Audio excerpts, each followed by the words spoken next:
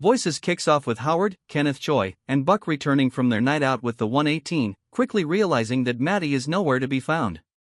With panic beginning to set in for Howard, 911 then reveals that Detective Braeburn has been keeping Maddie in a dusty basement.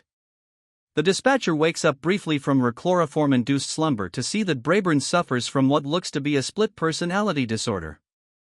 The detective is seen talking to herself, with one side of her personality being submissive and more reluctant to harm Maddie. That's the voice Maddie heard on the phone last week. The dominant personality, a more unhinged version of Braeburn, wants to get the whole thing over with. Voices never really puts more thought into its central villain than this simplistic setup. Braeburn is worried that, because of the amount of research Maddie put into the case, her dark secret will eventually be exposed. Braeburn's motive for kidnapping young girls is never fully fleshed out. It's revealed she survived horrific circumstances as a child, becoming a runaway herself, and is now carrying out her own twisted sense of justice.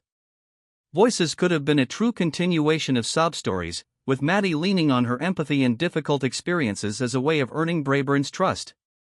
Maddie, strangely, never asks Braeburn why she started to go down this dark path and what she hoped to accomplish.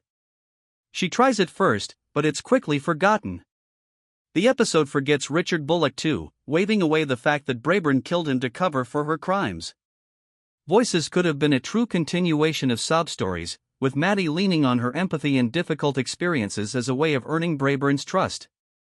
Besides a fleeting scene where Maddie attempts this tactic, most of the episode is bifurcated between Maddie attempting to escape when Braeburn isn't around and Braeburn's attempts to do damage control.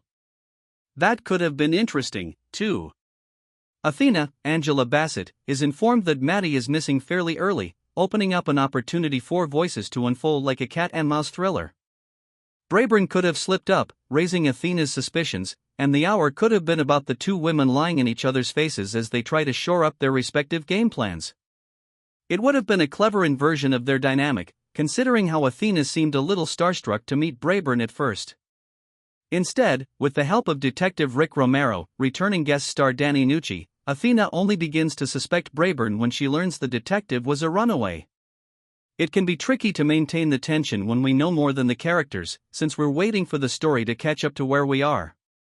It also feels wildly implausible that Braeburn, who seems about ready to self-destruct during her interactions with Maddie, doesn't crack or make a mistake at any other time.